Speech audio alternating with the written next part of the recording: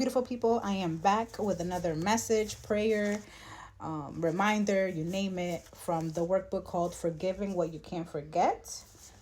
This also is a book. However, I've been working on the workbook for the past year and a half now. I read the book last year. I read that quickly. But with the workbook, I've taken my time because I am a person who likes to soak it all in, see what I get from the message, what fits into my life, or what resonates with my life right now with the message that I come across by. And so I'm basically towards the end. I don't know if you can tell, but I'm basically towards the end. And what I read today was speaking on bitterness, right? When we are hurt, deeply, deeply hurt, wounded, you name it, bitterness comes into our heart, resentment comes into our heart. However, bitterness doesn't just stop at the feelings that come from being hurt. It starts seeping into all areas of our life, the way we treat others, the way we treat ourselves, and the way we view life, right? And if we don't tend to that bitterness, we become the people we don't want to become, right? It doesn't necessarily have to be becoming the people who hurt us, but just people that we see in life, who are better. We are hopefully mature enough or have the awareness to know the difference between a joyful person and a bitter person. And so, one of the messages that I really liked that stood out to me was this one. Humanity rises up and demands that I be declared the right one, the good one, the victimized one. But never has that made anything better for me. It's only embittered me. Humility bows low and claims the greatest victory a human can ever grasp: God's price of peace. This message, when I read it, I had to read it like 2, 3 times because I don't know if you've been watching me. I don't know if you realize how much I mention my mother. My mother, it's one of the few people I know that have gone through so many trials and tribulations and has come out as a ray of sunshine. To this day, I don't know how she was able to do that. Like, I know God is the reason, but in human standards, I don't know how she was able to reach that level coming out of so much darkness. And when it comes to peace, my mom has always told me two things that she has shared with others, even the very people who have caused hurt in her life. And one of them has been, don't envy my peace because you don't know the price I had to pay for it.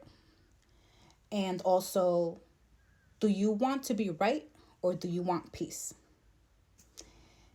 The second part is the one that gets me. It took me a while to understand what she meant. Like, do I want to be right or do I want peace? And it doesn't mean don't stand up for yourself, right? Like, don't doesn't mean silence yourself in order to achieve peace. No. It's just practice to have discernment enough to know when your words will actually be comprehended, not just heard, but comprehended, because you can speak your mind, your truth, and it doesn't necessarily mean that the audience you're telling it to is going to comprehend what you're trying to say. And then another one was this one. It says, bitterness is a bad deal that makes big promises on the front end, but delivers nothing you really want on the back end. Only God has what I really want. Turning my heart over to bitterness is me turning away from God. So I bow low, not because I want to, but because I need to. God, I give this situation to you. I release my evidence of all the reasons they were wrong. I release my need to see this person punished. I release my need for an apology. I release my need for this to feel fair. I release my need for you to declare me right and them wrong. Show me what I need to learn from all of this, and then give me your peace in place of my anger. When I first read this, because I read this earlier before making this video, a deep sense of grief came to my heart. My voice actually started shaking. I felt like I was tearing up. But I took a moment and I reread it again. And I was able to realize first that I let go of another release that was needed.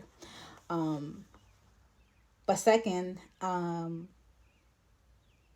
true it is with bitterness, right?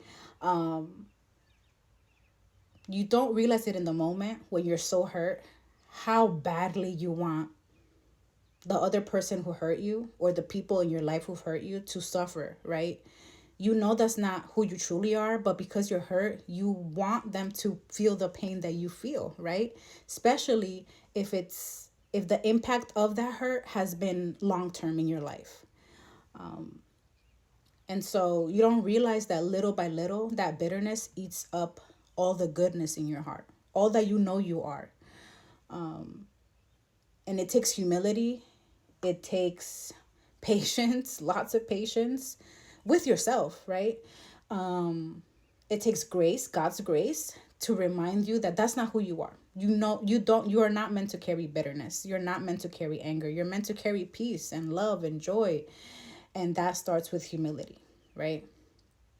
And it's a very hard process. It's a very hard pill to swallow, and it takes time. But when you reach that point where you know that you're an embodiment of what God is, you'll realize that you no longer want to hold on to that anger. You no longer want to hold on to that bitterness or that resentment. You want to embody love and joy again. You want to rejoice in life again. And that starts with coming face to face with those feelings that have turned into bitterness. And the only way to do that is to be true to yourself and talk to God, right? Talk to the source that you believe in. I believe in God. I believe in Jesus, right? So whoever's listening to my video, whatever it is you believe in, talk it out, let it out, release it.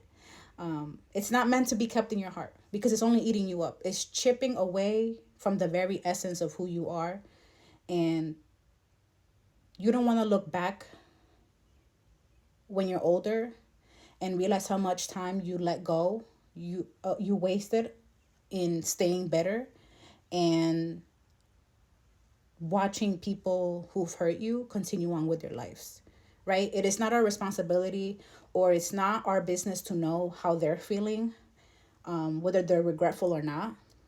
It's our business to focus on our healing so that we can continue living life the way we were meant to, and that's at peace. Thank you for listening.